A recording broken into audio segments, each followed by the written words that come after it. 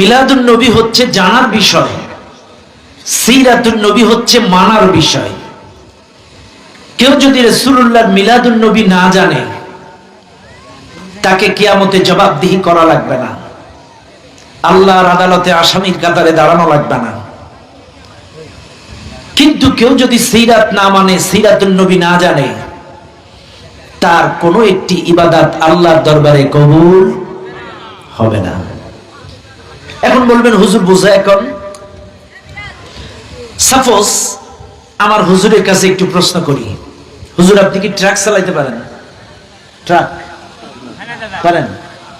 পারে না। ভাইজান আপনি পারেন? আপনি পারে না। এখন মনে করেন ঘের ভেড়ে ভেসে গেছে, মাছের দাম কম, আমাদের চেয়ারম্যান সাহেব এক বস্তা কিনে আনছে আগের দিন। অনেকেই বিনের পোতায় যে মাছের দাম কম, সেই মাছ অনেকে কম দামে নিয়ে এসছে। এখন আমার হুজুরদের কাছে বা আমন্ত্রিত এই তিনজন অতিথির কাছে যদি এক ট্রাক মাছ দিয়ে বলি, কালকে চিটাগাং ফিশারি ঘাটে এই ট্রাকটা পৌঁছে দেবেন, বলেন তো এই তিনজন এই ট্রাকটা চিটাগাং নিয়ে যেতে পারবে না? কেন পারবে না? কি নাই? ট্রেনিং নাই, অভ্যাস নাই, কথা বল না কেন? এখন আসেন, ট্রেনিং ছাড়া ট্রাক চালাইলে যেমন সড়ক দুর্ঘটনায় চিত নির্দিষ্ট গন্তব্যে যায় না, ঠিক তেমনি করে রাসূলুল্লাহর সিরাত থেকে, জীবন আদর্শ থেকে আপনার আমার প্রত্যেকটা ইবাদাতের ট্রেনিং যদি রাসূলুল্লাহর জীবন থেকে না নেই, আমার আপনার কোনো একটা ইবাদত আল্লাহর দরবারে যাবে। নামাজ পড়বেন কিভাবে? রাসূলুল্লাহর জীবন থেকে ট্রেনিং নিতে হবে। রোজা করবেন কিভাবে? রাসূলুল্লাহর জীবন থেকে ট্রেনিং নিতে হবে। হজ করবেন কিভাবে? রাসূলুল্লাহর জীবন থেকে ট্রেনিং নিতে হবে। যাকাত দিবেন কিভাবে? রাসূলুল্লাহর জীবন থেকে ট্রেনিং নিতে হবে। বিচার করবেন কিভাবে? রাসূলুল্লাহর জীবন থেকে ট্রেনিং নিতে হবে। বিচার করবেন কিভাবে? রাসূলুল্লাহর জীবন থেকে ট্রেনিং নিতে হবে। রাষ্ট্র পরিচালনা করবেন কিভাবে? রাসূলুল্লাহর জীবন থেকে ট্রেনিং নিতে হবে। জীবনের এমন কোন দিক নাই যে সাইটটা রাসূলুল্লাহ আমাদেরকে বাস্তবে প্র্যাকটিক্যালি শিক্ষা দেন নাই। আর ম্যাক্সিমাম শরীয়তের আদেশ নিষেধগুলো আসছে 40-এর আগে না পরে? সবাই বলেন আগে, পরে না? তাইলে আমরা যদিও নাম দিয়েছি ঈদে মিলাদুন নবী, এখন আপনারাই বলেন, আপনারা কি রাসূলের জন্ম বৃত্তান্ত শুনবেন নাকি সিরাত শুনবেন? সবাই বলেন। আপনারা যদি জন্মের কাহিনী শুনতে চান, আমি তাও পারবো, রাসূলুল্লাহর জন্মের আগের থেকে আমি শুরু করে শেষ করতে পারবো ইনশাআল্লাহ। আমার কাছে অসংখ্য সিরাত গ্রন্থ আছে, আমি প্রতিটা বছর পাঠ পাঠ করে শোনাতে পারবো ইনশাআল্লাহ। কারণ তবে আমি আপনাদেরকে বলেছি যে রাসূলুল্লাহর জন্ম বৃত্তান্ত এটা জানার বিষয়, এটা কিন্তু মানার বিষয় না। কিন্তু মানার বিষয় 40-এর পর থেকে 63 পর্যন্ত। এখন আমার আপনার নাজাতের জন্য জানার দরকার কোনটা? সবাই বলেন। রাসূলুল্লাহর পথ ছাড়া শান্তি আছে? জোরে কোন আছে? 1971 সালের পর থেকে এই দেশে যত দল ক্ষমতায় এসেছে, বলেন তো শান্তি পাইছেন না? পাইছেন? কেন পান নাই? হ্যাঁ, আল্লাহর কোরআন রাসূলুল্লাহর আদর্শ মোতাবেক এই দেশটা পরিচালনা হয়। কাজে আপনাদেরকে বলি, কিয়ামত পর্যন্ত যদি এইভাবে চলতে থাকে আর রাসূলুল্লাহর আদর্শ অনুযায়ী যদি রাষ্ট্র পরিচালনা না হয়, রাসূলুল্লাহর সিরাত অনুযায়ী যদি ব্যক্তি জীবন, পারিবারিক জীবন, সামাজিক জীবন, রাজনৈতিক জীবন যদি পরিচালনা না হয়, আল্লাহর কসম কিয়ামত পর্যন্ত দলের পর দল ক্ষমতা আসবে, কিন্তু বাংলার মানুষ কখনো শান্তির মুখ দেখতে পারবে না। এদেশ যদি শান্তি পেতে হয়, রাসূলুল্লাহর আদর্শের বিকল্প কোন রাস্তা আছে কি? এখন আসেন, তাহলে রাসূলুল্লাহর সিরাত যদি আপনারা জানতে চান, আসেন আমি আপনাদেরকে একটু শিখাই। মনে রাখবেন, রাসূলুল্লাহর গোটা জিন্দেগিটা দুই ভাগ। জোরে কোন কয় ভাগ? আবার বলেন কয় ভাগ? দুই ভাগ। এক ভাগ হচ্ছে জন্মের থেকে 40 পর্যন্ত, আর এক ভাগ হচ্ছে 40 থেকে 63 পর্যন্ত। কয় ভাগ? এবার আসেন, আমি প্রথমত জন্মের থেকে 40 পর্যন্ত আমি আপাতত রেখে দিলাম। এইবার আছেন 40 থেকে 63 পর্যন্ত আমি নিলাম। এইবার আমি আপনাদেরকে পাট পাট এই 23টা বছর পাট পাট একটু আপনাদেরকে বোঝানোর চেষ্টা করি। আমার সঙ্গে থাকবেন ইনশাআল্লাহ? কারা কারা থাকবেন না দুহাত তোলেন। অনেকদিন এইরকম মাহফিল হয়নি তো, 17টা বছর কোন মাহফিল এইভাবে হইতে পারছে? কথা কোন হইতে পারছে? পারে নাই। 6 মাস আগের থেকে প্রসেসিং করা লেগেছে।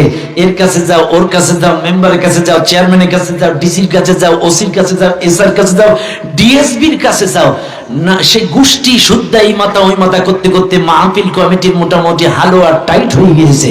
কিন্তু আপাতত এখন আর কারোর কাছে যাওয়া আল্লাহু আকবার বলেন। আমি সন্ধ্যার পরে একটা প্রোগ্রামে আলোচনা করেছিলাম ধুলিয়া বাজারের উপরে। এরা সকালে প্ল্যান করেছে, সন্ধ্যায় আয়োজন। সুবহানাল্লাহ কন্যা। তাইলে এই জালেম সরকারের আমলে 6 মাস আগের থেকে প্রস্তুতি নিয়ে একটা মাহফিল বাস্তবায়ন করতে পারেনি, পামঅয়েল মার্কা বক্তা ছাড়া। কথা বলে না? পামঅয়েল মার্কা বক্তা ছাড়া মাহফিল বাস্তবায়ন হয়নি। সরিষার তেল মার্কা ঝাঁঝালা তেল বক্তা যারা ছিল এদের একটারও পারমিশন দেয়নি। আর আজকে সকাল বেলায় প্রস্তুতি, বিকাল বেলায় মাহফিল। সুবহানাল্লাহ কোন আলহামদুলিল্লাহ বলেন। তবে একটা জিনিস আয়নার মতো মনে রাখবেন, গত 5 তারিখে যেটা হয়েছে এটা কিন্তু বিপ্লব না। এটা কি বিপ্লব না? আপনারা মনে করছেন এটা একটা মহাবিপ্লব, এটারে বলা ভুল হবে। এটা কিন্তু গণ অভ্যুত্থান। ইসলামী বিপ্লব তো তখন হবে যখন সামনে আলেম উলামারা প্রতিনিধিত্ব করবে, শাসন ক্ষমতা, কোরআনী শাসন আসবে, কালেমার পতাকা পথ করে উঠবে, এটাই হবে আসল বিপ্লব। এখন আসেন আমরা আলোচনায় চলে যাই। সম্মানিত ভাইরা আমার, বাবাজিরা আমার, রাসূলুল্লাহ সাল্লাল্লাহু আলাইহি ওয়াসাল্লাম এমন একজন নবী, আমার আপনার নবী, প্রিয় নবী, নবী মুহাম্মদুর রাসূলুল্লাহ সাল্লাল্লাহু আলাইহি ওয়াসাল্লাম। এই মাহফিলে যত মানুষ আছেন মনে রাখবেন, একটা মানুষের 4টা সন্তান থাকে, 5টা সন্তান থাকে। আপনারা বলেন তো, 5টা সন্তানই মায়ের, 5টা সন্তানই বাবার। বলেন তো কোন সন্তানের প্রতি বাবার ভালোবাসা কম আছে নাকি? আর জোরে কোন।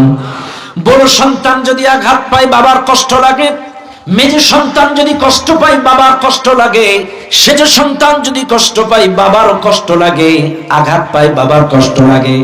কিন্তু বলেন তো, যতই সন্তান 5টা বাবার হোক, সবচাইতে বাবার টান বেশি কার উপরে? আস্তে কম। কার উপরে টান বেশি? সুবহানাল্লাহ কোন। সবচাইতে টান বেশি কিন্তু ছোটটার উপরে। এই পৃথিবীতে যতগুলো নবী আসছে সবগুলোই আল্লাহর প্রেরিত রাসূল, কিন্তু আল্লাহর টান ছিল কার উপর বেশি? সুবহানাল্লাহ বলবেন না? আর একটু জোরে কর না সুবহানাল্লাহ। সবচাইতে টান ছিল রাসূলুল্লাহর প্রতি। আরে কি ছিল না আমার নবী? তিনি হা বললে হালাল, না বললে হারাম। তিনি আঙ্গুল উঁচা করলে আবচাসে চন্দ্র দ্বিখণ্ডিত। তিনি পাথরের দিকে আঙ্গুল ইশারা করলে গাছ বেরোতো। আরে এমন একজন নবী। একবার আম্মা জান আয়েশা বলতেছে যে হুজুর, কোরআনুল কারীমের মধ্যে ইউসুফ নবীর সৌন্দর্যের বর্ণনা আছে। তৎকালীন সময়ের মিশরের নারীরা, তৎকালীন সময়ের ওই রাজ্যের নারীরা ইউসুফ আলাইহিস সালামের চেহারা দেখে আপেল কাটতে কাটতে আঙ্গুল কেটে ফেলছিল। ইউসুফ নবীর সৌন্দর্যের বর্ণনার কথা কোরআনে আছে, কিন্তু হুজুর আপনার সৌন্দর্যের বর্ণনা তো কোরআনে নাই, তাইলে কি আপনার চাইতে ইউসুফ নবী সুন্দর বেশি? কে বলতেছে কথা? না কে বলতেছে? আয়েশা বলতেছে। তখন রাসূল বলতেছে, আয়েশা, ইউসুফ নবী ছিল সাদা ফর্সা। কি ফর্সা? হাসা ফর্সা। আর আমি হলাম গোল্ডেন ফর্সা। সুবহানাল্লাহ। ইউসুফ নবী সাদা ফর্সা আর আমি নবী গোল্ডেন ফর্সা। এবার বলো, রূপার দাম বেশি না স্বর্ণের দাম বেশি? সুবহানাল্লাহ বলবেন না? আমার নবী ডাক দিয়ে বলে, আয়েশা, ইউসুফ নবী যখন ঘেমে যেত তার শরীর থেকে ঘামের ফোঁটা দেখা যেত, কিন্তু আমি নবী যখন ঘেমে যায় আমার শরীর থেকে মুক্তোর দানাগুলো ঝরঝর করে পড়ে। এমন কোন দিক ছিল না যে রাসূলুল্লাহর মধ্যে নাই। আপনি সৌন্দর্যের কথা বলবেন, সবচেয়ে সুন্দর ছিলেন আমার নবী। আপনি শক্তির কথা বলবেন, সবচেয়ে কুস্তিগিরির দিক থেকে ফার্স্ট ছিলেন আমার নবী। এমন কোন দিক ছিল না যে আমার রাসূলের মধ্যে নাই। এখন আসেন রাসূলুল্লাহর সিরাত থেকে আপনাদেরকে একটু শোনাই। সম্মানিত ভাইরা আমার, নবীজি নবুয়াতি পেয়ে গেলেন। নবুয়াতি পাইলেন মক্কার জিন্দেগিতে, এমন একটা জিন্দেগিতে নবুয়াতি পেলেন মক্কার যুগে। মনে রাখবেন মুসলমানেরা, এই মক্কার বুকে ওইটাকে জাহিলি যুগ বলা হতো, আইয়ামে জাহিলি যুগ। এই জাহিলিয়াত কেন বলা হতো, জাহিলি যুগ কেন বলা হতো? জাহিলি যুগ মানে অন্ধকারের যুগ। এবার আপনারা বলেন তো, তার মানে কি মক্কায় আলো জ্বলতো না, সূর্য উঠতো না, আলো জ্বলতো না, চন্দ্র উঠতো না? সূর্য উঠতো, চন্দ্র উঠতো, আলো জ্বলতো, কুপি বাতি, বিভিন্ন তৎকালীন সময়ের বাতি জ্বালানো হতো। তারপরেও কেন জাহিলি যুগ বলা হতো? তার মানে অজ্ঞতার যুগ, মূর্খতার যুগ। এমন একটা যুগে আমার নবীকে পাঠানো হলো। সেই যুগে আমার রাসূল নবুয়াতি পাওয়ার পরে, মনে রাখবেন মুসলমানেরা, নবুয়াতি পাওয়ার পরে প্রথম 3 বছর তিনি প্রকাশ্যে দ্বীনের দাওয়াত দিতে পারলেন না। মনে রাখবেন মুসলমানেরা, নবুয়াতি পাওয়ার পরে প্রথম 3 বছর তিনি গোপনে গোপনে দাওয়াত দিলেন। মক্কার মানুষদের কাছে কোরআনের দাওয়াত দিলেন গোপনে গোপনে গোপনে, দিন প্রচার করলেন 3টা বছর। মনে রাখবেন, যেই 3 বছর গোপনে দাওয়াত দিলেন, এই 3 বছরে কাফেরদের বিরোধিতাও ছিল কম। কারণ গোপনে দাওয়াত দিয়েছিল, কাফেরদের বিরোধিতাও মারাত্মক আকারে রূপ নাই। কাফেররা বিরোধিতা করেছিল কটাক্ষমূলক, ব্যঙ্গমূলক, এরকম ক্রিটিসাইজমূলক, পাগলা, জাদুকর, গণ, ঠাকুর, মাথা খারাপ হয়ে গেছে। তার মানে তখনকার বিরোধিতা ছিল মৌখিক, দাওয়াতটা ছিল গোপনে, বিরোধিতাটাও ছিল ওই রকম মুখোমুখি। এরকম ডাইরেক্ট হামলা, মামলা, জুলুম, নির্যাতন এমনটা না। ভাই বাবা, তাই প্রথম 3 বছর দাওয়াত দিছে কেমনে? গোপনে। আমরাও এই 17টা বছর দাওয়াত দিছে কেমনি? আস্তে কর না। 17টা বছর কি প্রকাশ্যে দাওয়াত দেওয়া গেছে? প্রকাশ্যে হক কথা বলা গেছে? প্রকাশ্যে ইকামতে দ্বীনের কথা বলতে পেরেছেন? আল্লাহর জমিনে আল্লাহর দ্বীন কায়েম করতে হবে, জমিন যার আইন চলবে তার, এ কথা প্রকাশ্যে 17টা বছর বলা গেছে? যায় নাই। তাইলে প্রথম 3টা বছর গোপনে। এবার আসেন, এবার রাসূল প্রকাশ্যে দাওয়াত দিবেন।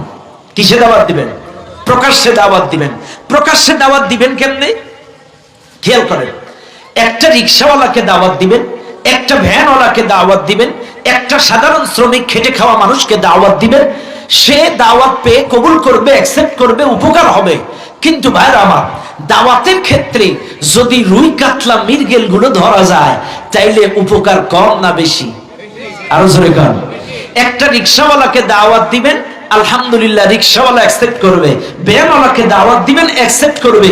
কিন্তু এলাকার মোড়ল, মাতব্বর, মেম্বার, চেয়ারম্যানকে যদি দাওয়াত দেন, বলেন তো লাভ কোনটা বেশি? কেন বেশি? কারণ এলাকার মেম্বারকে যদি দাওয়াত দেওয়া যায়, ওর আনুষঙ্গিক ভক্ত বৃন্দ, শ্রোতা মন্ডলী আছে আরো 20 জন, তাহলে তারাও কিন্তু 20 জন কন্ট্রোল হয়ে যাবে। এরপরে যদি চেয়ারম্যানকে দাওয়াত দিতে পারেন, চেয়ারম্যান যদি ইসলামী আন্দোলনের কর্মী হয়ে যায়, আল্লাহ কোরআনের কর্মী হয়ে যায়, তাইলে ওই চেয়ারম্যানের সাঙ্গ বাঙ্গ ইউনিয়নের লোকও সহজে ইসলাম বুঝে যাবে। ঠিক তেমনি করে মনে রাখবেন, তাই বলে আবার গরিবেরা রাগ করবেন না যে হুজুর আমাদেরকে, তাই বলে আমি শুধু জাস্ট বোঝানোর জন্য বলছি। একটা ভ্যানওয়ালা যদি এই খানপুর বাজারে দাঁড়ায় বলে, আমার আমি ভ্যানওয়ালা চেরাকালি, আগামী কাল থেকে এই খানপুর বাজারে একটা চায়ের দোকানে টেলিভিশন চলবে না, মানবেন না?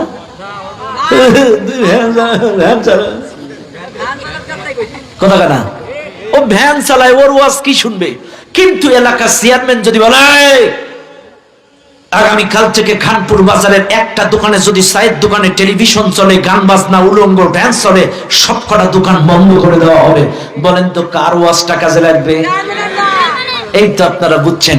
তাইলে বোঝা গেল, প্রভাবশালী মানুষকে যদি দাওয়াত দেওয়া যায়, লাভ বেশি না কম?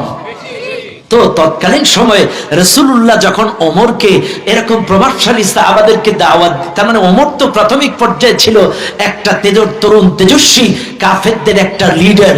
তার রাসূলকে মারতে এসেছিল খোলা তলোয়ার নিয়ে, তার বোনকে মারতে গিয়েছিল, কিন্তু কোরআনের সুচিচল ছায়াতলে এসে সেই ইসলামের বাণী শুনে কবুল করে মুসলমান হয়ে গিয়েছিল। তো ঠিক তেমনি রাসূলুল্লাহর টার্গেট ছিল প্রভাবশালীদেরকে। এই টার্গেট নেওয়ার পরে সাহাবারা এসে বলছে, ইয়া রাসূলুল্লাহ, রাসূলুল্লাহ নবুয়াতির 44তম বৎসরে এসে বলছে, হুজুর এখন আর গোপনে দাওয়াত দেওয়া চলবে না, এখন থেকে প্রকাশ্যে দাওয়াত দেওয়া লাগবে, প্রকাশ্যে দাওয়াত দিতে হবে। কাজে আপনাদেরকেও বলি, এতদিন গোপনে গোপনে দাওয়াত দিয়েছেন, আর গোপনে দাওয়াত দেওয়ার সময় নাই। এখন সময় এসেছে, কে মেম্বার, কে চেয়ারম্যান, কে আওয়ামী লীগ, কে বিএনপি, কে জাতীয় পার্টি, কে কোন দলের, সবাইকে ইসলামের দাওয়াত দেন, ইসলামী আন্দোলনের দাওয়াত দেন, আল্লাহর জমিনে আল্লাহর দ্বীন কায়েমের দাওয়াত দেন। এখন আর লুকোচুরি করার সময় নয়, এখন আর গোপনে দাওয়াত দেওয়া যাবে না, প্রকাশ্যে দাওয়াত দিতে হবে। রাসূল 44তম বৎসরে প্রকাশ্যে দাওয়াত দেওয়া শুরু করলেন। এইবার প্রকাশ্যে যখন দাওয়াত দিলেন, কাফেরদের বিরোধিতাও প্রকাশ্যে বাড়ল। বুঝেন কিন্তু কততম বছর? 44তম বছর। বুঝেন কিন্তু নবুয়াতির 4 নম্বর বছর সেই জুলুম নির্যাতন, বিশেষ করে গরিব সাহাবাদের উপরে জুলুম নির্যাতনের স্টিম রুলার চালানো শুরু করলো। যারা গরিব সাহাবী ছিল এদের উপরে মার। আর ইতিহাস সাক্ষী দেয়, সেই প্রথম থেকে শুরু করে এই পর্যন্ত দেখবেন এলাকার যত অকারেন্স বড় লোকেরা যাই করে করুক না কেন, বিচার সালিশে সব ওদের পক্ষেই যায়, আর এদের বিপক্ষে যায় যারা গরিব, এদের বিপক্ষে যায়। তো এটা ইসলামের ইতিহাস। তৎকালীন সময় ইসলাম যারা গরিব মানুষ কবুল করেছিল, এদের উপরে মক্কার কাফেররা এত জুলুম, এত নির্যাতনের স্টিম রোলার চালানো শুরু করলো। একটা পর্যায়ে মক্কার মুসলমানেরা যারা ঘরেও থাকতে পারে না, বাইরেও থাকতে পারে না, কি জুলুম, কি নির্যাতন, জুলুম নির্যাতনের স্টিম রোলার সাহাবাস মাইন্ডা সহ্য করতে পারে না। এত জুলুম নির্যাতন কাফের বেঈমানেরা মুসলমানদের উপরে চালালো। এইবার মুসলিম গরিব সাহাবা আজমাইন রাসূলুল্লাহর কাছে চলে এলেন, ইয়া রাসূলুল্লাহ, ইয়া হাবিবাল্লাহ, আমরা তো আর জুলুম নির্যাতন সহ্য করতে পারছি না। আপনার প্রতি ঈমান আনার কারণে, আল্লাহর প্রতি ঈমান আনার কারণে, আল্লাহর কোরআনের প্রতি ঈমান আনার কারণে, আল্লাহর কোরআনের পথে চলার কারণে আমাদের উপরে যে জুলুম নির্যাতন আমরা সহ্য করতে পারি না। বাড়ি থাকতে পারি না, ঘরে থাকতে পারি না, ব্যবসা করতে পারি না, জুলুম নির্যাতনের স্টিম রুলার। ও দুনিয়ার মানুষ, আমার কথাই ভুল বুঝবেন না। 17টা বছর এই বাংলাদেশে সুদখোর, ঘুষখোর, লম্পট, দুর্নীতিবাজ, ধর্ষকেরা বুক ফুলে বেরিয়েছে। জাতির শ্রেষ্ঠ সন্তান আলেম ওলামা, ইসলামী আন্দোলনের কর্মীরা রাতের অন্ধকারে আগানে বাগানে আর জেলখানায় রাত কাটাইছে। কথা বলেন না কেন? 17টা বছর রাস্তায় রাস্তায় আগানে বাগানে এমনও ইসলামী আন্দোলনের দায়িত্বশীলেরা কবরস্থানে রাত কাটাইছে। এই খানপুরের মানুষ বাড়ি থাকতে পারে নাই, রাজপুরের মানুষ বাড়ি থাকতে পারে নাই। অপরাধ কি? একটি অপরাধ, কোরআনের কর্মী হওয়া, কোরআনের সমাজ বিনির্মাণে কাজ করা, কোরআনী আন্দোলন করা। এই অপরাধে রাগ করেন না আমার কথায়। এই বাংলাদেশে তো অনেক ইসলামী দল আছিল, এই বাংলাদেশে তো অনেক বড় বড় শায়েখেরা আছিল, কই কারোর উপরে তো জুলুম আসে নাই। যত জুলুম এদের উপরে কিল্লাই। একটু মিলায় নেন। এইবার রাসূলের কাছে এসে সাহাবীরা বলছে, হুজুর আমরা সহ্য করতে পারছি না, ঘরে মার, বাইরে মার, চতুর্দিকে মার, ব্যবসা করতে পারি না, ঘরে থাকতে পারি না, আমরা কি করব? মক্কার আবহাওয়া আমাদের বৈরী হয়ে গিয়েছে, আমরা কি করব? রাসূল ডাকতে বললেন, ও আমার সাহাবারা, তোমাদের টোটাল সবকিছু আমি বিচার বিশ্লেষণ করলাম, আমি নিজে উপলব্ধি করলাম, দেখলাম, বাকরুদ্ধ হয়ে গেলাম। ও আমার সাহাবারা, তোমরা এক কাজ করো, তোমরা এখান থেকে হিজরত করে আবিসিনিয়ায় চলে যাও। আবিসিনিয়ার বাদশা নাজ্জাশী, তুমি বড্ড ভালো মানুষ, আবিসিনিয়ায় তোমরা চলে যাও, তাইলে ওখানে তোমরা নিরাপদে ভালো থাকতে পারবা। মনে রাখবেন মুসলমানেরা, রাসূলুল্লাহর পরামর্শ অনুযায়ী প্রাথমিক পর্যায়ে মক্কা থেকে 15 জন মুসলমান হিজরত করে মক্কা থেকে আবিসিনিয়ায় চলে গেলেন। মনে রাখবেন, এই খানপুরের মানুষ 4 জন ছিল মহিলা, 11 জন ছিল পুরুষ। প্রথমবারে 15 জন মানুষ হিজরত করে মক্কা থেকে আবিসিনিয়ায় চলে গেল। প্রথম ধাপে 15 জন, পরবর্তী ধাপে গেল 86 জন। 2 দফায় মক্কা থেকে হিজরত করে টোটাল 101 জন হিজরত করে মক্কা থেকে আবিসিনিয়ায়। এখন আসেন, হিজরত মানে কি? হিজরত মানে হলো পরিত্যাগ করা, ছেড়ে যাওয়া, ত্যাগ করা, স্থানান্তর হওয়া। এখন আপনারা বলবেন, হুজুর তাহলে কি কয়েকদিনের জন্য শ্বশুর বাড়ি যাওয়াটা হিজরত? না। চাকরিতে ট্রান্সফার হয়ে খাগড়াছড়ি যাওয়া হিজরত? না। এখানে ওখানে বেড়াতে যাওয়াটা হিজরত? না। হিজরতটা কি? হিজরতটা হলো ওয়াল্লাযীনা হাজারু ফিল্লাহি মিন বা'দি মা যুলিমু লানুবাওয়িআন্নাহুম ফিদ দুনিয়া হাসানা ওয়া লা আজরুল আখিরাতি আকবার লাউ কানু ইয়ালামুন। আল্লাহ কোরআন বলছে, আল্লাহর জন্য, দ্বীনের জন্য জুলুমের শিকার হয়ে বাড়ি ছাড়া, ঘর ছাড়া, এলাকা ছাড়া যারা হয়েছে, ইসলামের দৃষ্টিতে প্রকৃত হিজরত হলো ওইটা। এবার আপনারা আসেন, আপনারা বুকে হাত দেন। আমরা নামাজ পড়ি কার জন্য? নামাজ পড়ার জন্য। আজ অব্দি কারোর কি হিজরত করা লাগছে? আচ্ছা বাদ দিলাম। আমরা রোজা করি কার জন্য? রোজা করার জন্য কাউকে হিজরত করা লাগছে? আচ্ছা বাদ দিলাম। আমরা হজ করি কিসের জন্য? আল্লাহর জন্য। হজ করার কারণে কারোর কি হিজরত করা লাগছে? যে আপনি 9 বার হজ করেছেন, 15 বার ওমরা করেছেন, এই জন্য জালেমেরা আপনাকে বাড়ি থাকতে দেয় না।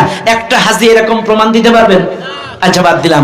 আচ্ছা আপনি জিকির করেন, সপ্তাহে সপ্তাহে বা মাসে মাসে জিকির করেন, মসজিদে জিকির করেন। এই জিকির করার কারণে কোন একটা জালেম এসে কোনোদিন বলেছে তোমরা যে আল্লাহ আল্লাহ জিকির করো, এই কারণে আমাদের শব্দ দূষণ হয়, তোমরা এলাকায় থাকতে পারবা না, এরকমটা হয়েছে কোনোদিন? তবে এমনটা হয়েছে, নারায়ে তাকবীর আল্লাহু আকবার স্লোগান দেওয়া যাবে না। এটা তালেবানের স্লোগান, এটা জঙ্গিবাদী স্লোগান, এটা জামাত ইসলামের স্লোগান, এই স্লোগান দেওয়া যাবে না। আরে নাস্তিক, ওরে জালেম, খুনি হাসিনা দূষণরা, স্পষ্ট ভাষায় শুনে নাও, আল্লাহু আকবার মানে আল্লাহ বলো, আল্লাহ বলো, আল্লাহ বলো। আরে আল্লাহু আকবার স্লোগান যারা সহ্য করতে পারো নাই, তোমাদেরকে যখন কবরে জিজ্ঞাসা করা হবে তোমার রবকে, তুমি তখন কি বলবে?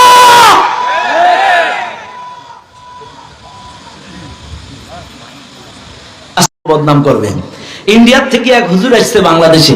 এখন হুজুরের বগলে একটা ব্যাগ, এই ব্যাগ হুজুর রাখে না।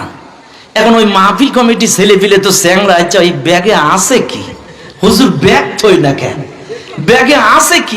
সব সময় ছেলে পিলে হুজুরের পিছনে আছে যে হুজুর কখন ব্যাগ রাখে। এখন হুজুর তার ব্যাগ মোটে বগল থেকে নামায় না।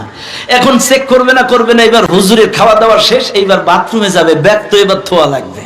এবার ব্যাগ রেখে মসজিদে ধুয়ে গেছে, এইবার এরা খুলে দেখে এর মধ্যে ওমর কা গুল। কি গুল? গুল বোঝেন না আপনারা? গুল গুল, হ্যাঁ ওই যে আপনার গনি গুল বলে বসবেন, আর ইন্ডিয়ায় হলে ওমর কা গুল, বুঝছেন? এখন কিছু কিছু চ্যাংরা ঝেড়ে ফেলে আসছে, এরা খুব চালাক, যে আসলে পরেশগার হিন্দু কিনা এর একটু চেক করার দরকার। এর চেক করার জন্য বলছে চলো একটু ঘুরে আসি। কোন জায়গায়? নদীতে একটা নৌকায় তুলছে। এখন তো পরেশগার সব সময় ভগবান ভগবান ভগবান ভগবান ভগবান ভগবান ভগবান, নৌকায় উঠতেছে ভগবান, চালাচ্ছে ভগবান, কিছু দূর গেছে তাও ভগবান। নদীর মাঝখান বরাবর যখন গেছে, এবার ওর টার্গেট যে চেক করবো এইবার ও আসল হিন্দু কিনা, প্রকৃত পরেশগার হিন্দু কিনা।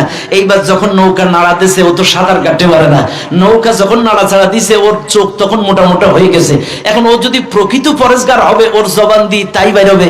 এখন যেই নৌকা নাড়াতেছে তখন ওই ভগবান আর মনে নেই, ভগবান ভগবান ভগবান ভগবান ভগবান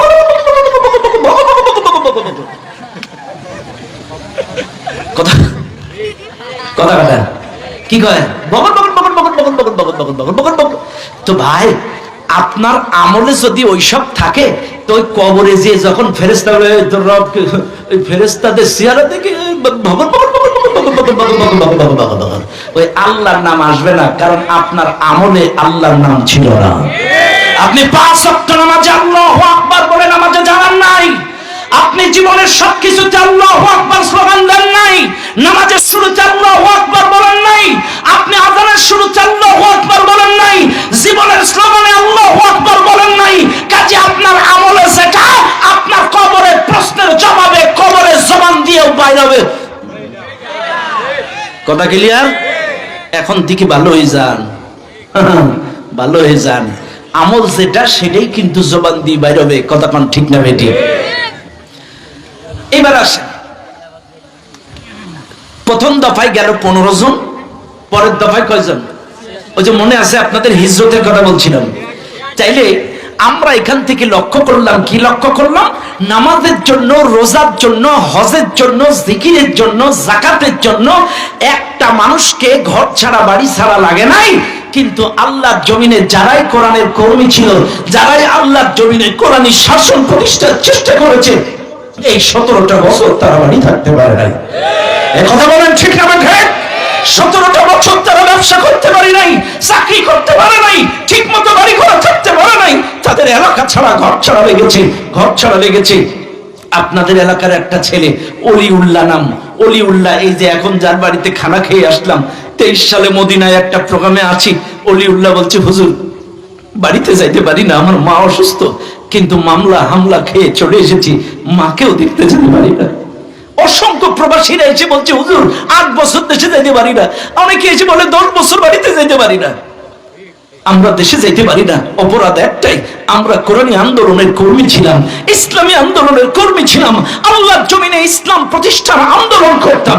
এ ভাই, আজকে আপনাদেরকে বলে যাই, ইসলামী আন্দোলনের কথা যারা সহ্য করতে পারেন না, আল্লাহর জমিনে আল্লাহর দ্বীন কায়েম করতে হবে যারা সহ্য করতে পারেন না, আমার একটা সাধারণ প্রশ্নের জবাব দেন, একটা প্রশ্নের জবাব দেন।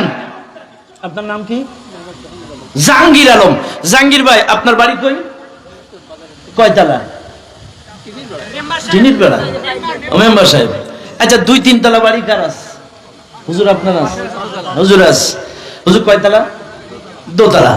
এখন মনে করেন হুজুরকে যদি বলি, হুজুর আজকের থেকে আপনার এই 2 তলা বাড়িতে যতগুলো সদস্য আছে আমার কথা মতো উঠা বসা করতে হবে, আমার কথায় চলতে হবে, আমার আইন মানতে হবে, বলেন তো হুজুর মানবে না? কেন মানবে না? বাড়ি কার? ঘর কার? বউ কার? বাচ্চা কার? এই বাড়ি মাতব বাড়ি চলবে কার? আচ্ছা বাদ দিলাম। আচ্ছা, এবার যদি আমার বাড়ি যদি হুজুরের মাতব বাড়ি চালায়, আমি কি মেনে নেব? কেন মানবো না?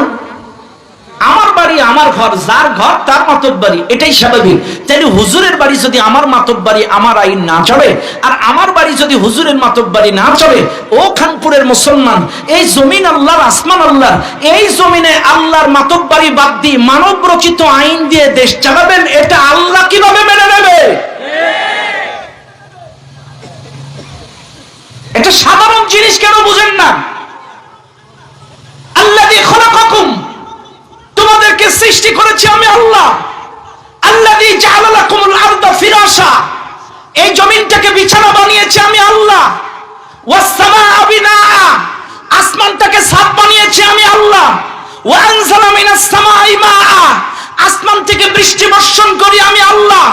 ফাখরাজা বিহি মিনাস সামারাতি রিজকাল লাকুম, এই জমিন থেকে ফসলের মাধ্যমে রিজিকের ব্যবস্থা করে দেই আমি আল্লাহ।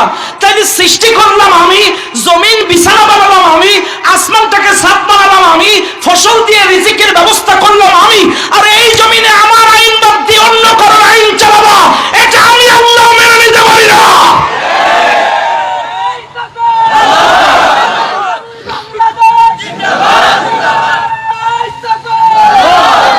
কথা বলেন ঠিক না বে ঠিক? তাহলে জমিন যার, কথা বলেন না কেন? আইন চলবে। আরে তো আইন আল্লাহ গালে তুলে দেবে না? কি করবে? গালে তুলে দেবে তো? কথা কয় না? আল্লাহ আইন আপনার গালে তুলে দেবে? দেবে না? আচ্ছা, আপনারা সাধারণ প্রশ্নের জবাব দেন, আপনাকে সৃষ্টি করছে কে? আচ্ছা বলেন তো, এই সূর্য সৃষ্টি করেছে কে? চন্দ্র সৃষ্টি করেছে কে? আপনারা ক্ষমতার দাপটে সূর্য কোনো একদিন পূর্ব দিক বাদ দিয়ে পশ্চিম দিক থেকে উঠান তো? আইন মানে কার? চন্দ্র আইন মানে কার? এই দুনিয়ার সবকিছু আইন মানে কার? আপনার দেহের কথাই বলি, আপনার তো বিরাট টাকা, কোটি কোটি টাকার মালিক। আপনি বলেন তো, আপনার এই চোখটাকে তাগায়ে ধরে বলেন তো, চোখ আমি তাগায় আছি, খবরদার তুই যেন দেখিস নি। তাগায় থাকবেন কিন্তু দেখবে না। চোখ কি কথা শুনবে? কথা শুনবে? কথা শুনে কার? জোরে কর না, আরো জোরে কর না। চাইলে কেন বুঝেন না এই ছোট্ট জিনিসটাকে? এই জমিন যার, আইন চলবে তার, আর এই আইনের পক্ষে কাজ করতে হবে। এই আইন প্রতিষ্ঠার জন্য কাজ করা লাগবে। আপনি যেই দেহ দিয়ে ভ্যান চালান, এই শক্তিটা দিয়েছে কে? আপনি যেই শক্তি দিয়ে ঘের ভেড়ি পরিচালনা করেন, এই শক্তিটা দিয়েছে কে? যেই হাত দিয়ে চাকরি করে ফাইল পাস করান, এই হাতে লেখার ক্ষমতা দিয়েছে কে? এবার বলেন, এই হাত, এই চোখ, এই কান, এই দেহ দিয়ে শ্রম দিবেন কার জন্য? আরো জোরে বলেন, কার? দুনিয়ার মানুষ, 2 দফায় 101 জন মানুষ মক্কা থেকে হিজরত করে আবিসিনিয়ায় চলে গেল। আবিসিনিয়ায় যাওয়ার পরে মক্কায় এই 4-5 বছরে টোটাল ইসলাম কবুল করেছিল 141 জন। জোরে কোন কয়জন? আরো জোরে কোন? প্রথম 3 বছর গোপনে, পরের 2 বছর প্রকাশ্যে। 5 বছরে মক্কায় ইসলাম কবুল করেছে টোটাল 141 জন। 141 জনের ভেতর থেকে 101 জন হিজরত করে আবিসিনিয়ায় চলে গেল। বলেন তো থাকে কয়জন? আরো জোরে কোন? থাকে মাত্র 40 জন। এইবার আপনারা ভালো করে বলেন, 101 জন যদি এলাকার মানুষ যদি উধাও হয়ে যায়, এটা কি খানপুরের লোকের চোখে পড়বে না? পড়বে, পড়বে। 101 জন যদি এলাকা ছাড়া হয়ে যায়, এলাকায় না থাকে, এটা তো এলাকার মানুষের নেতৃত্ব স্থানীয় মানুষদের চোখে পড়বে। মক্কার কাফেরদের নজরে পড়ে গেল 101 জন মুসলমান এই দেশে নাই, যাদের উপরে জুলুম নির্যাতন স্টিম রুলার আমরা চালাতাম। এরা 101 জন এলাকা ছেড়ে, বাড়ি ছেড়ে, ঘর ছেড়ে পালিয়ে গিয়েছে। সম্মানিত ভাইরা আমার, তথ্যের ভিত্তিতে তাদের কাছে খবর এলো 101 জন আবিসিনিয়ায় হিজরত করেছে। এইবার কাফেররা, বড় বড় কাফেররা, আবু জেহেল, উতবা, সাইবা, উতাইবা, বড় বড় নেতৃত্ব স্থানীয় কাফেররা একত্রিত বসে একটা সিদ্ধান্ত নিল। কি সিদ্ধান্ত নিল? এরা সিদ্ধান্ত নিল, ওই মক্কার 101 জন যে আবিসিনিয়ায় গিয়েছে, ওদেরকে আমরা ফেরত আনবো। কেমনে ফেরত আনবো? আমরা এই মক্কার থেকে মোটা অঙ্কের ঘুষ নিয়ে আবিসিনিয়ার বাদশাকে যে ঘুষ দেব, এই ঘুষের টাকা নিয়ে আবিসিনিয়ার বাদশা নাজ্জাশী, এর নাম ছিল নাজ্জাশী, ওই নাজ্জাশী 101 জনকে আমাদের কাছে ফেরত দেবে। কিন্তু কাজ করা লাগবে, শুধু ঘুষ দিলে চলবে না। ওই বাদশা নাজ্জাশীর কাছে 101 জনের নামে মিথ্যা কলঙ্ক দেওয়া লাগবে, মিথ্যা অপবাদ দেওয়া লাগবে। কি করা যায়? মক্কা থেকে 2 জন প্রতিনিধি তারা চয়েস করলো। একজনের নাম ছিল আমর ইবনুল আস, আর একজন ছিল আবু জেহেলের ভাই। ভালো করে শুনে নেন মুসলমানেরা, 2 জন প্রতিনিধি মক্কা থেকে আবিসিনিয়ায় পাঠাবে 101 জনকে ফেরত আনার জন্য। একজনের নাম ছিল আমর ইবনুল আস। এই আমর ইবনুল আস কিন্তু পরবর্তীতে ইসলাম কবুল করেছিল, কিন্তু এখনো পর্যন্ত 44-45তম বছরে এখনো পর্যন্ত ইসলাম কবুল করে নাই।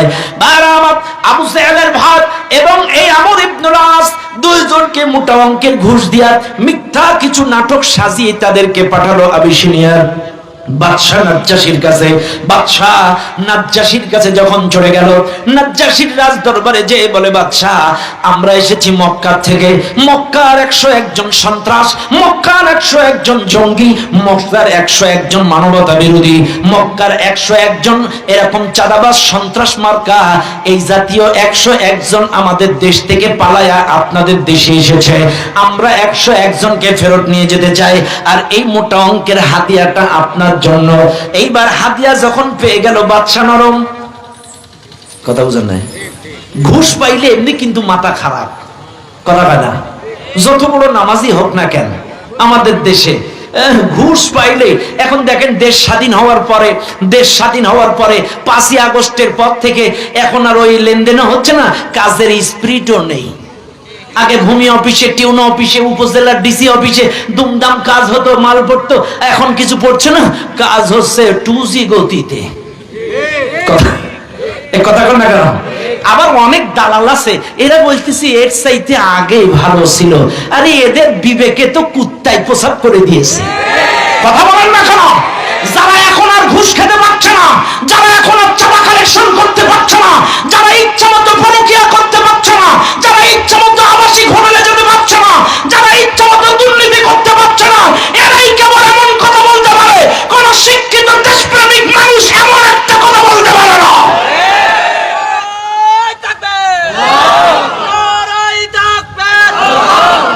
হাজার হাজার খুন, লক্ষ লক্ষ কোটি টাকা পাচার, আরে মানুষের বাক স্বাধীনতা ছিল না, স্বাধীন মত প্রকাশ করার ক্ষমতা ছিল না। 11 লক্ষ কোটি টাকা পাচার করেছে 17 বছরে। এতগুলো মানুষ খুন, শহীদ আল্লামা দেলাওয়ার হোসেন সাঈদীকে পরিকল্পিতভাবে হত্যা করলো, ইসলামী আন্দোলনের বড় বড় নায়কগুলোকে হত্যা করলো। এত কিছুর পরেও যারা বলে আরাই ভালো ছিল, এরাও জালেম, ওদের চাইতে কোনো অংশে খারাপ না।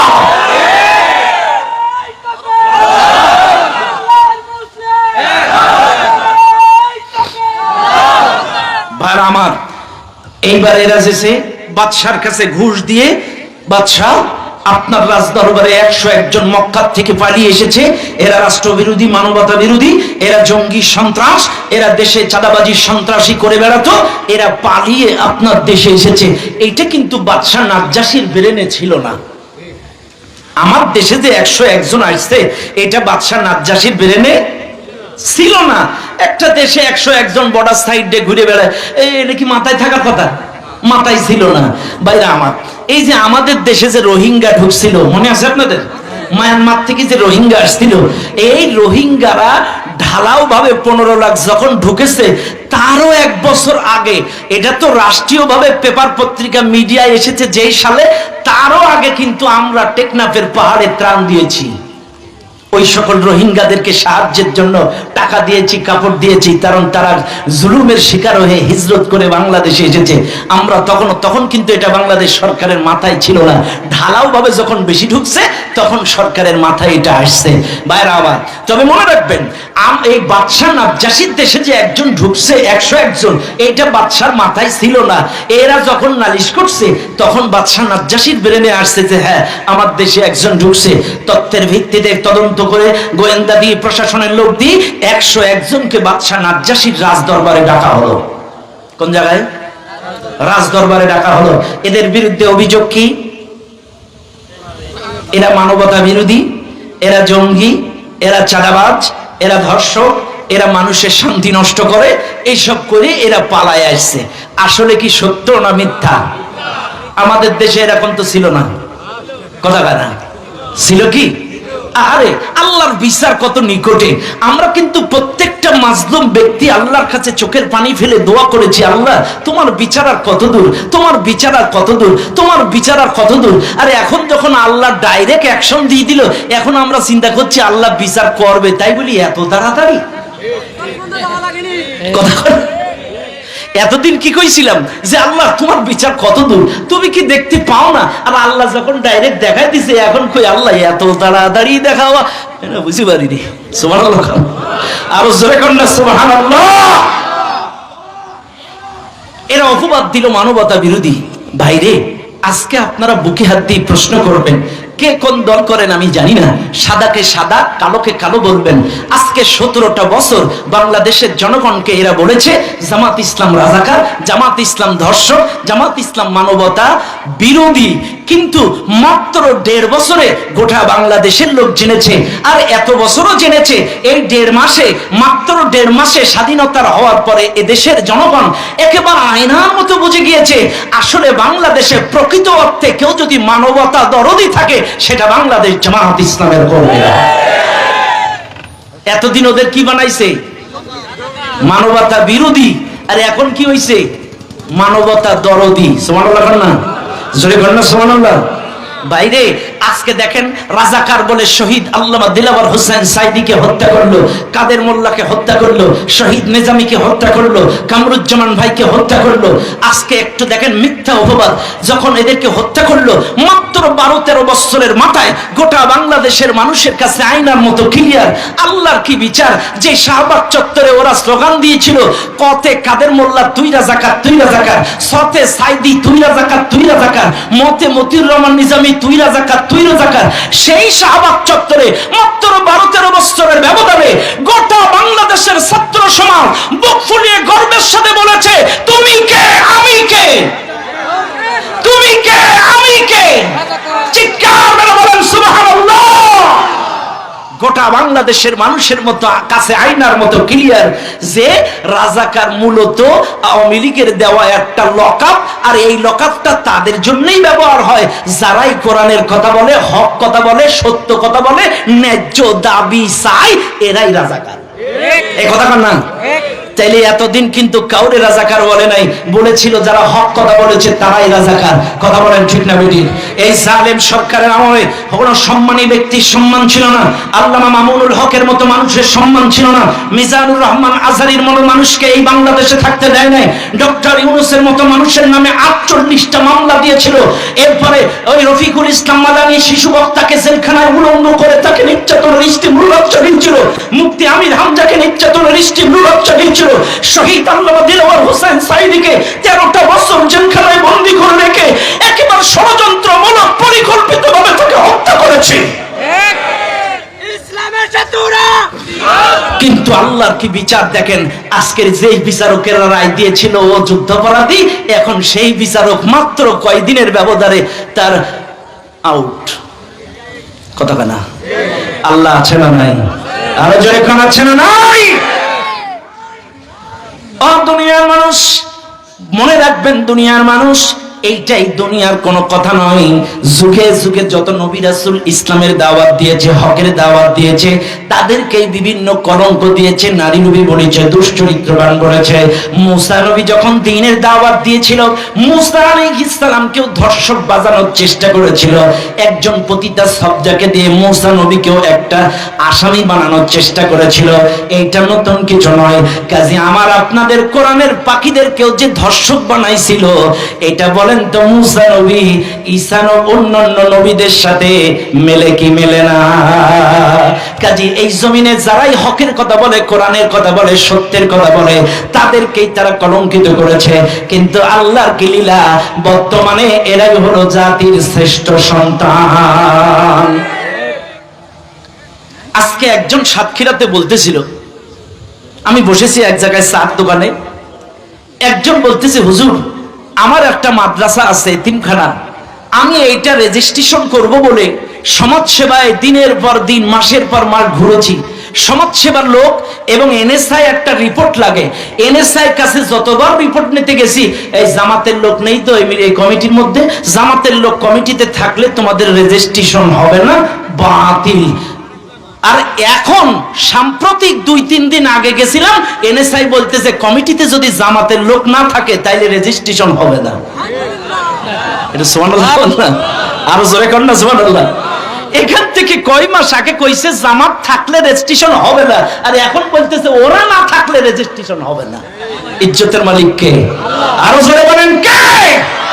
ইজ্জতের মালিক আল্লাহ, এটাই তার বাস্তব প্রমাণ। আওয়ামী লীগ সরকারের ঠপ ঠিক ছিল, কিন্তু ওরা দুটো জিনিস ভুলে গেছিল, যে ইজ্জতের মালিক আল্লাহ, আর যাকে ইচ্ছা তাকে ক্ষমতার থেকে নামায় দেয়, এটা ওদের মাথায় ছিল না। কথা কোন ঠিক না বেটি?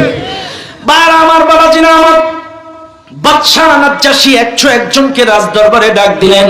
ডাক দেওয়ার পরে এবার ডেকে বলছে, ও মুসলমানেরা, তোমরা 101 জন এই দেশে পালায় এসেছো, এই 2 জন মক্কার প্রতিনিধি, তারা এসে তোমাদের ব্যাপারে অভিযোগ দায়ের করেছে। এরা তো ওদের স্টাইলে তোমাদের ব্যাপারে অভিযোগ দায়ের করেছে তোমাদের বিরুদ্ধে। এইবার তোমরা বলো, আসলে মূলত তোমরা পালায় আসছো কেন? একটা দেশ চালায় একটা জ্ঞান আছে না, যে ওরা তো অভিযোগ দিছে এই, কিন্তু আসলে তোমরা পালায় আসছো কেন? 101 জনের প্রতিনিধি ছিল জাফর ইবনে আবি তালিব রাদিয়াল্লাহু তাআলা আনহু। সুবহানাল্লাহ। 101 জনের প্রতিনিধি ছিলেন আলী রাদিয়াল্লাহু তাআলা আনহুর ভাই জাফর ইবনে আবি তালিব। ইনি ছিলেন 101 জনের প্রতিনিধি। তিনি দাঁড়ালেন বাদশাহ নাজ্জাশীর সামনে।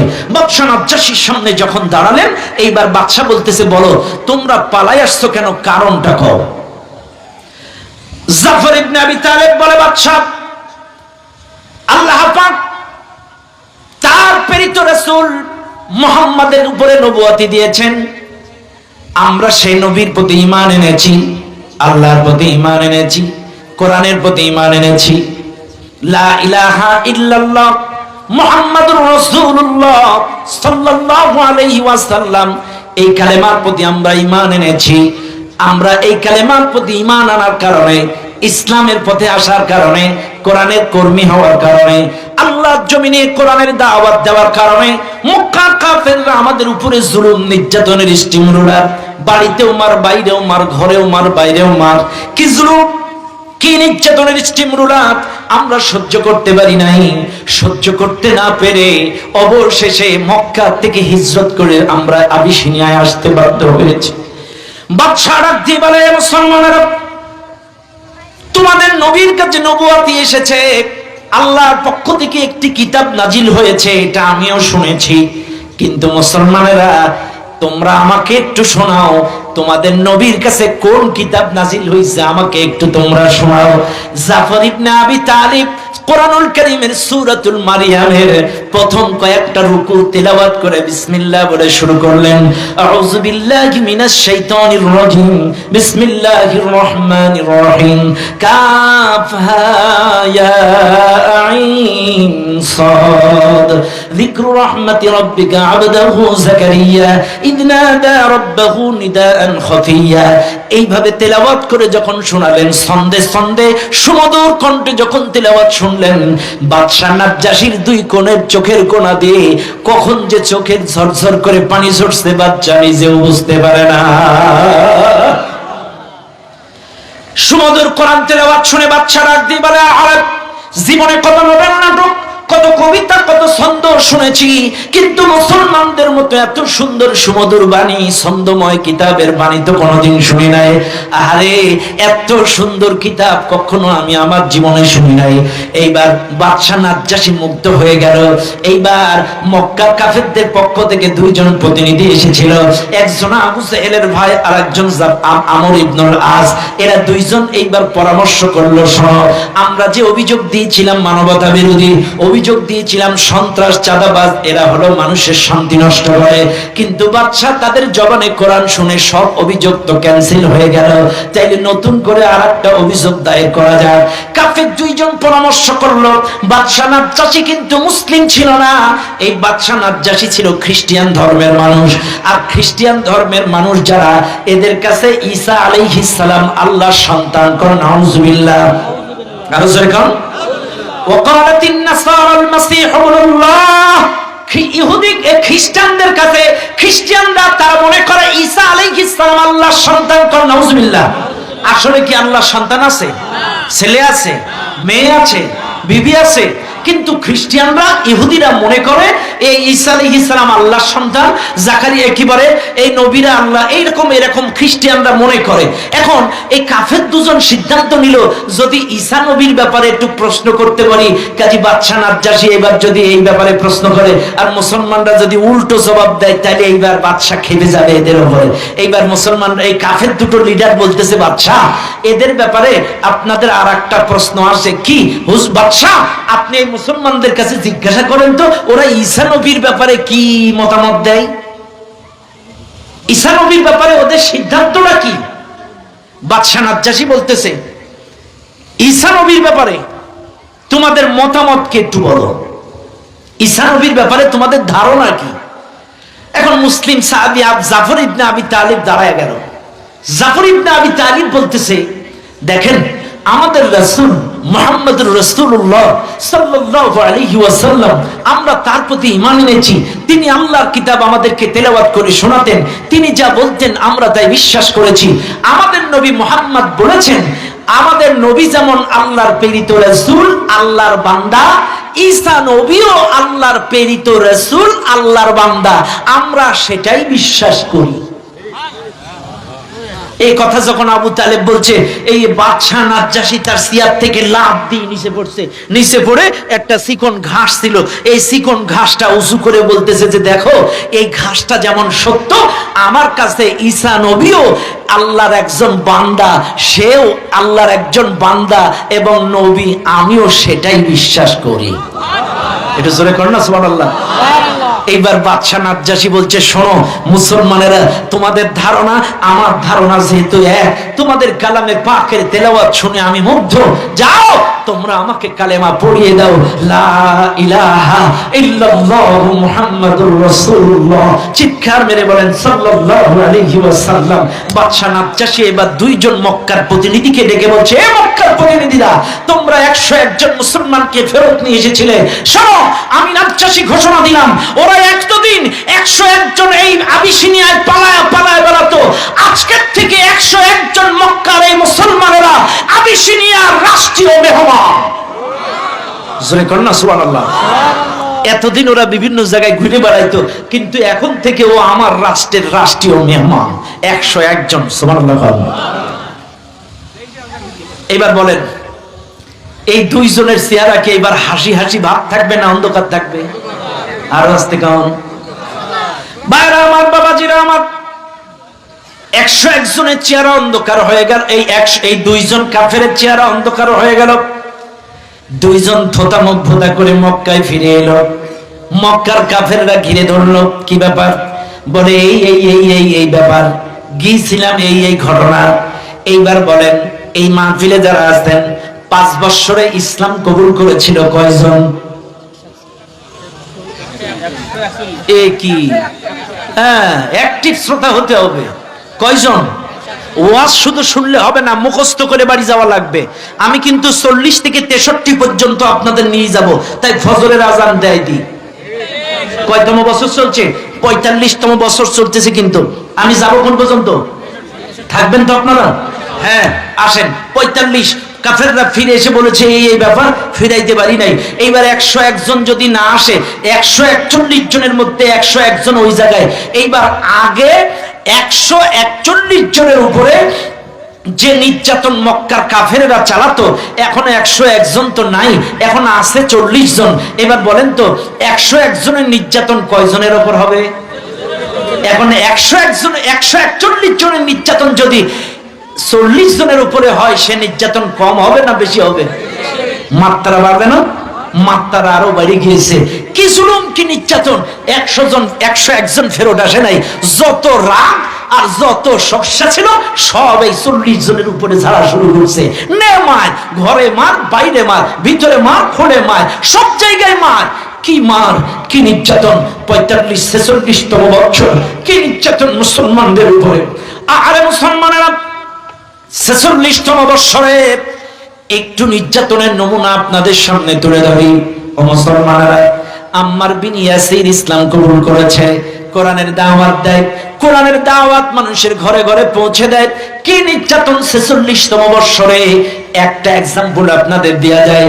46তম বছরে এই আম্মার বিন ইয়াসির যখন ইসলাম কবুল করলো, আবু জেহেলের কানে এটা খবর গেল।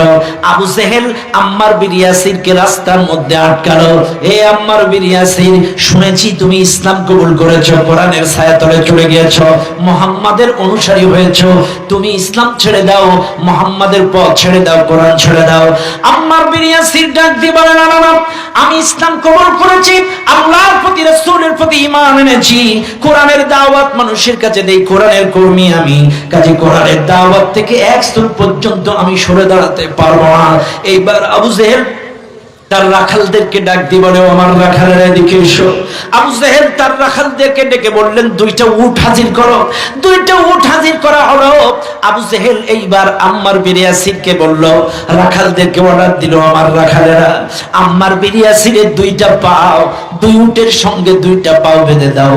আম্মার বিন ইয়াসিরের 2 পাও 2 উটের সঙ্গে বেঁধে দেওয়া হলো। আবু জেহেল ডাক দিয়ে বলে, আম্মার বিন ইয়াসির বল, এখনো সময় আছে, ইসলাম ছাড়বি কিনা, কোরআন ছাড়বি কিনা বল, আল্লাহর দল মুহাম্মাদের দল ইসলাম ছাড়বি কিনা বল। আম্মার বিন ইয়াসির বলে, রে আবু জেহেল, আমারে ভয় দেখে লাভ নাই। তুমি যখন আমার 2 উটের সঙ্গে পাও বেঁধেছো, কসম খোদার আমার জান্নাতের না সুঘ্রাণ আমার নাকে চলে এসেছে। আবু জেহেল বলছে, সোজা আঙ্গুলে কাজ হবে না। আবু জেহেল 2 রাখালকে অর্ডার দিল, 2 উট 2 দিকে খেদায় দাও। 2 উট 2 দিকে খেদায় দিল। আম্মার বিন ইয়াসিরের দেহের মাঝখান থেকে 2 পাও ফেড়ে 2টা খণ্ড হয়ে 2টা দেহ জমিনের মধ্যে পড়ে। 46তম বছরে কি জুলুম, কি নির্যাতনের স্টিম রোলার! মুসলমানেরা, 46তম বছর আমার নবীর কাছে যখন কোরআন নাজিল হয়, আল্লাহর নবীকে আগের থেকে সিগন্যাল দেওয়া হতো, তোমার কাছে কোরআন নাজিল হবে, তুমি তাড়াতাড়ি চলে যাও। চলে যাও কোন জায়গায়? পাহাড়ে, জাবালে নূরে চলে যাও, তোমার কাছে কোরআন নাজিল হবে। চলে যাও হেরার গুহায়, চলে যাও ওই পাহাড়ে। যখন সিগন্যাল আসতো, নবীজি নিরাপদ স্থানে চলে যেতেন। কারণ কোরআন যখন নাজিল হতো, সব জায়গায় তো থাকা যায় না। নবীজি চলে যেতেন। এখন এই পাহাড়ের মধ্যে একটা ছোট্ট মেয়ে 8-9 বছর বয়স, মেয়েটার নাম সালমা। মেয়েটাই পাহাড়ের মধ্যে একটা পেয়ালার একটা পাত্রের মধ্যে খড়ি গোড়াইতেছে, কাঠ খুঁড়তেছে। এইবার এই মেয়েটা কাঠ খুঁড়তে খুঁড়তে হঠাৎ বিশ্বনবীর সঙ্গে পাহাড়ের মধ্যে দেখা হয়ে গেল। নবীজি পাহাড়ের মধ্যে ছোট্ট মেয়েটাকে ডেকে ডাক দিয়ে বলে, ও মেয়ে, তুমি এই পাহাড়ের মধ্যে আসছো কেন, কি করো তুমি? ছোট্ট 8-9 বছরের সালমা ডাক দিয়ে বলে, আমার বাবার নাম সোহাইল, আমার বাবা বড্ড অসুস্থ, আমার বাবা অসুস্থতার কারণে আমাদের ইনকাম সোর্স বন্ধ, এই জন্য আমি মেয়ে এই পাহাড় থেকে এদিক থেকে সেদিক থেকে খড়ি কুড়াই, কাঠ কুড়াই, খড়ি কুড়ানোর পরে এগুলা বাজারে বিক্রি করি। বাজারে বিক্রি করার পরে 2-10 টাকা যা হয়, 2-5 দিরহাম যা হয়, এটা দিয়ে আমাদের কোন রকম সংসার চলে।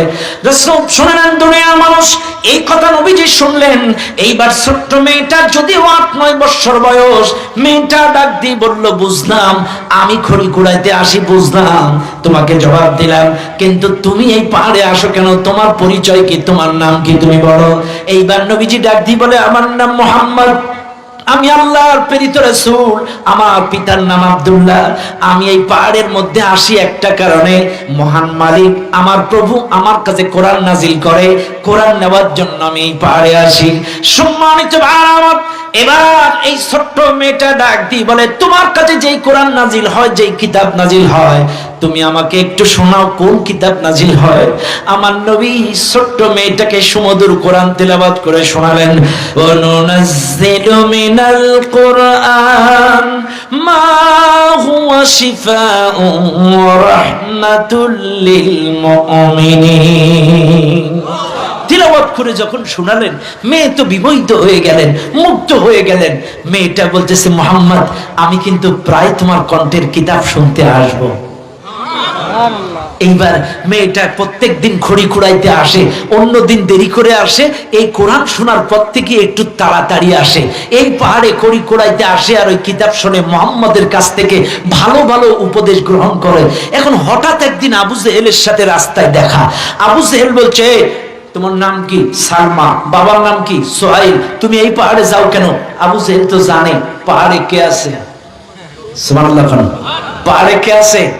মুহাম্মদ। আর এর কাছে যে যায় সে পাগলা, এর কাছে যে যায় সে মুরিদ হয়ে যায়, সে পাগল হয়ে যায়। কাজে তুমি পাহাড়ে কি করতে যাও? বলে, আমি খড়ি কুড়াইতে যাই, কাঠ কুড়াইতে যাই, আমার বাবা অসুস্থ, এই কাঠ কুড়াইয়া আমি বাজারে বিক্রি করি, আমাদের কোন রকম সংসার চলে। আচ্ছা ঠিক আছে, তোমার আজকে যে খড়িগুলো কুড়াইছো এগুলোর দাম কেমন হবে?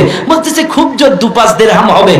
এই আবু জেহেল পকেট থেকে 50 দিরহাম বের করে দিয়ে বলছে, নাও, এই তোমাকে 50 দিরহাম দিলাম, তুমি আর কখনো এই পাহাড়ে আসবা না। কারণ আবু জেহেল তো জানে এই জায়গায় গেলে কি হবে, ওই ইসলাম কবুল করে ফেলবে। কিন্তু এই মেয়েটা 1 দিন 2 দিন যেতে যেতে ইসলাম কবুল অলরেডি করে ফেলেছে। এইবার আবু জেহেল যখন বলতেছে, তুমি এই 50 দিরহাম নাও, আর কোনোদিন এই পাহাড়ে খড়ি কুড়াবো না, তখন বলছে, নাও তোমার টাকা, আমি এই টাকা বাদ দিলাম, কিন্তু শোনো, আমি যদি খড়ি কুড়াইতে নাও আসি, কিন্তু আমি মুহাম্মাদের জবান থেকে, আব্দুল্লাহর বেটা মুহাম্মাদের কণ্ঠ থেকে যে আল্লাহর বাণী শুনেছি, এই কিতাবের বাণী শোনা বন্ধ করতে পারবো না। এইবার চিন্তা করছি, এতটুকু মেয়ে, এত বড় বড় কথা। আবু জেহেল চলে গেছে ওর বাড়ি, যে বলছে, সোহাইল বাড়ি আছো? বাড়ি আছো? সোহাইল বেরিয়ে এসছে। সোহাইলকে ডেকে বলছে, সোহাইল, তোমার মেয়েকে বলে দিও ও যেন ওই পাহাড়ে না যায়, ওর কিন্তু খবর আছে। মেয়েটাকে এত বোঝালো, কিন্তু কোনো কায়দায় এই পাহাড়ে যাওয়া বন্ধ করতে পারে না। একটা পর্যায়ে এই মেয়েটা একটা পর্যায়ে আবু জেহেল রাস্তার মধ্যে গ্রেফতার করে বলছে, মেয়ে, তুমি বলো ইসলাম ছাড়বা কিনা, মুহাম্মদকে ছাড়বা কিনা, আল্লাহর কোরআন শোনা ছাড়বা কিনা? মেয়েটি বলছে, আমি অটোমেটিক ইসলাম কবুল করেছি, আমি জীবন দেব, শহীদ হব, কিন্তু কোরআনের পথ ছাড়বো না, ইসলাম ছাড়বো না, মুহাম্মদের কণ্ঠে যে কোরআন শুনেছি এই কিতাব ছাড়তে পারবো না। আবু জেহেল বলছে, তোমার পরিণতি কি হবে তুমি জানো না? বলছে, আমার পরিণতি যাই হোক, আমি কোরআন ছাড়বো না, কোরআনী পথ ছাড়বো না, মুহাম্মদের রাস্তা ছাড়বো না। আবু জেহেল এই মেয়ে দুইটার পাও ঘোড়ার সাথে বেঁধে মরুভূমির মধ্যে টানতে শুরু করলো। কিছু দূর টানে মেয়েটার পিঠ চিরে চৌচির হয়ে রক্ত বেরিয়ে যায়। বলে, এখনো সময় আছে, বলো ইসলাম ছাড়বা কিনা? বলে, না, জীবন দেবো, কিন্তু মুহাম্মদের কোরআন ছাড়তে পারবো না, ইসলাম ছাড়তে পারবো না। এই মেয়েটাকে আবু জেহেল মক্কার পথে ঘোরালো, পাথরে, বালুতে, সিটতে, টানতে, ঘেঁষতে, চামড়া বস্তুগুলো হেসতে একটা পর্যায়ে মেয়েটি ইসলাম ছাড়া নাই, ইসলাম ছাড়া নাই। কি নির্যাতন! 46তম বৎসর কি জুলুম চালাইছে সাহাবাজ বাইনদের উপরে। ঘরে মার, বাইরে মার, যেই কালেমার কথা বলে তাকে মার, যেই বলে আমি মুসলিম তাকে মার, যেই বলে আমি কবুল করেছি কালেমা তাকে মার।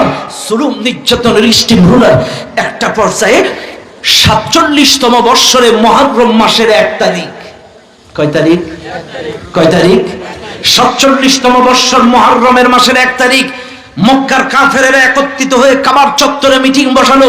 দেখো, এইভাবে আর চলতে দেওয়া যেতে পারে না, যাদের কারণে আমাদের 101 জন হিজরত করে আবিসিনিয়ায় চলে গেল, যেই মুহাম্মাদের কারণে বাপদাদার ধর্মে চুলকানি, যেই মুহাম্মাদের কারণে অসংখ্য মক্কার মানুষ ইসলাম কবুল করছে, যেই মুহাম্মাদের কারণে আমাদের মধ্যে সম্পর্ক নষ্ট হচ্ছে, একের পর এক গন্ডগোল বেঁধে যাচ্ছে, এই মুহাম্মদ সহ তার অনুসারীদেরকে প্রকাশ্যে দিন প্রচার করতে দেওয়া যাবে না, এদেরকে জেলখানায় ভরা লাগবে।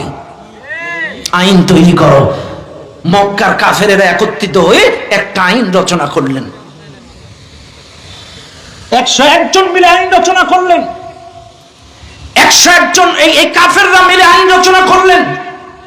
মুহররম মাসের 1 তারিখে এর আইন রচনা করে একটা চামড়ার গায়ে খোদাই করে, তখন তো কাগজ কলম ছিল না, বুঝেন আপনারা, তখন কি ছিল না? কাগজ কলম ছিল না। চামড়ার গায়ে খোদাই করে আইনটা রচনা করে লিখে এই আইনটা ভালো করে গুটাইয়া কাবার ভেতরে সংরক্ষণ করে রেখেছে। কি আইন? মুহাম্মদকে জেলখানায় ঢুকানোর আইন। ঘরটা কার? এই সবাই কোন কার ঘর? আর কার বিরুদ্ধে আইন বানাইছে? তারই বান্দা, তারই নবীর বিরুদ্ধে আইন বানায় রাখছে কোন জায়গায়? কাবার ভেতরে। কত বড় বাটপার! আল্লাহর ঘর, আল্লাহর নবী, তার বিরুদ্ধে আইন বানায়া চামড়ায় খোদাই করে কাবার ভিতরে রেখেছে। মুহাম্মদ সহ তার সাহাবাদেরকে শিয়াবে আবি তালিবের পাহাড়িয়া জেলখানায় ঢুকালো 47তম বৎসরে মুহররম মাসের 1 তারিখ জেলখানায় ঢুকাইয়া দিল। 3টা বৎসর জেলখানায়। শুনলেন খানপুরের মানুষ কি জুলুম নির্যাতন রাসূল সহ সাহাবাদের উপরে। কেন? কোরআনের দাওয়াত দেওয়ার অপরাধে, আল্লাহর জমিনে আল্লাহর দ্বীন কায়েমের অপরাধে। এই জমিন যার আইন চলবে তার, এক আল্লাহর গোলামি করতে হবে কথা বলার অপরাধে আল্লাহর রাসূল সহ সাহাবীদেরকে আটকে দিলেন শিয়াবে আবি তালিবের পাহাড়িয়া জেলখানায়। এই গোটা পৃথিবীতে যত জেলখানা আছে, আসামিদের খাদ্যের ব্যবস্থা আছে, চিকিৎসার ব্যবস্থা আছে, কিন্তু আমার রাসূলকে আর সাহাবীদেরকে যে শিয়াবে আবি তালিবের জেলখানায় দিলেন, এই জায়গায় কোনো চিকিৎসার ব্যবস্থা নাই, খাওয়া দাওয়ার ব্যবস্থা নাই। নবী সহ সাহাবারা ক্ষুধার তীব্র যন্ত্রণা সহ্য করতে না পেরে এই গাছে, এই কারাগারের মধ্যে কাঁটাওয়ালা যুক্ত বাবলা গাছ, এই গাছের পাতা, ছাল, পাতা, গোটা দানা এগুলো ছিঁড়ে ছিঁড়ে খেয়ে তারা জীবন ধারণ করেছে। কি জন্য? অন্য আরেকটা রিওয়ায়াতে আসছে, একটা রিওয়ায়াতে আসছে তাদেরকে কোনো খাদ্য দেওয়া হতো না রাষ্ট্রের পক্ষ থেকে। আর একটা রিওয়ায়াতে আসছে এক একজন কারাবন্দীকে সপ্তাহে 2খানা রুটি আর কয়েকটা খুরমা খেজুর, ভালো করে বুঝবেন, কয়েকটা খুরমা খেজুর আর 2টা রুটি সপ্তাহে। আরে ভাই, এখানে যে এমন লোক আছে সকালবেলায় একাই 10টা রুটি মেরে দেয়, কথা বলে না? আছে না এরকম লোক? একাই 10টা রুটি মেরে দেয়, এমন লোক আছে। কিন্তু প্রাপ্তবয়স্ক নবী, প্রাপ্তবয়স্ক সাহাবী সপ্তাহে 2টো রুটি আর কটা খেজুর, এটা খেয়ে খেয়ে বেঁচে থাকা যায়? আরে ভাই, আয়না ঘরের কথা একটু চিন্তা করেন। আয়না ঘর, অনেকে তো আমার দেশের হলুদ মিডিয়াগুলো তো এগুলো প্রচার করছে না। আমার দেশের এই মিডিয়াগুলো এখনো পর্যন্ত নিরপেক্ষভাবে সংবাদ প্রচার করছে না। ভাইরে, কি নির্যাতন এই আয়না ঘরে চালিয়েছিল! এই আয়না ঘরে ব্যারিস্টার আমান বলেছে, ব্যারিস্টার আমান এ বলতেছে আমাকে 1 মগ পানি দিত দৈনন্দিন। এই 1 মগ পানিতে খাওয়া দাওয়া, প্রসাব পায়খানা, ওযু গোসল সব এই 1 মগ পানিতে। কি নির্যাতন! কি সময় কি শেষ হয়েছে না? দুনিয়ার মানুষ কি জুলুম নির্যাতনের স্টিম রুলার। আয়না ঘরের মধ্যে মুফতি আমির হামজাকে নিয়ে নির্যাতন, ব্যারিস্টার আমানকে নিয়ে নির্যাতন, অসংখ্য আলেম ওলামাদেরকে নিয়ে নির্যাতন, হক কথা যারা বলেছে, সত্য কথা বলেছে যারা, তাদেরকে নিয়ে নির্যাতন। কি জুলুম, কি নির্যাতন, স্টিম রোলার আমার নবী সহ সাহাবাদেরকে শিয়াবে আবি তালিবের পাহাড়িয়া জেলখানায়। ভাইরা আমার, বাবাজিরা আমার, এই পাহাড়িয়া জেলখানার মধ্যে 3টা বছর থাকার পরে 50তম বৎসর, কত বছর? কত বছর? 50তম বৎসরে আমার নবীকে এইবার ডাক, আমার নবী এবার চাচা আবু তালেবকে ডাক দিলেন। চাচা আবু তালেব নবীজির কাছে আসলেন। এইবার নবীজি ডাক দিয়ে বলে, চাচা আপনাকে একটা তথ্য দেই। কি তথ্য ভাতিজা তুমি বলো? এইবার নবীজি ডাক দিয়ে বলে, চাচা আমার এবং আমার সাহাবাদের বিরুদ্ধে যে আইন রচনা করেছিল মক্কার কাফেররা, চাচা আমি তথ্য দেই, এই আইনের ভিতরে যত জায়গায় আল্লাহর নাম আছে শুধুমাত্র আল্লাহর নাম কটা অক্ষত আছে, বাদ বাকি টোটাল আইনগুলো ঘুনে খেয়ে ফেলেছে। একটু জোরে কবেন না, আরো জোরে কর না। ঘুনে পোকা বুঝেন তো? দেখেন না অনেকে বিসলি গাদা দেয়, দেয় না? দেখা যায় অনেকদিন পরে, বর্ষার পরে হাত দিয়ে দেখে যে বিসলি গাদার 3 ভাগের 2 ভাগ খেয়ে ফেলেছে। কিসে খাইছে? ঘুনে পোকা, ওই পোকায় খেয়ে ফেলেছে।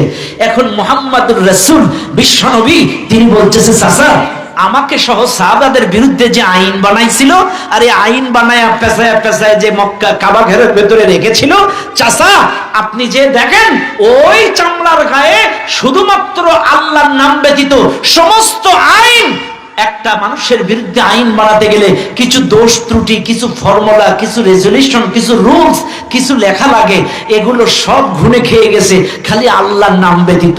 এইবার এই কথা যখন বলছে, আবু তালেব বলছে, ভাতিজা এটা ঠিক? বলে হ্যাঁ ঠিক চাচা, আমি জীবনে কোনোদিন মিছা কথা কই নাই।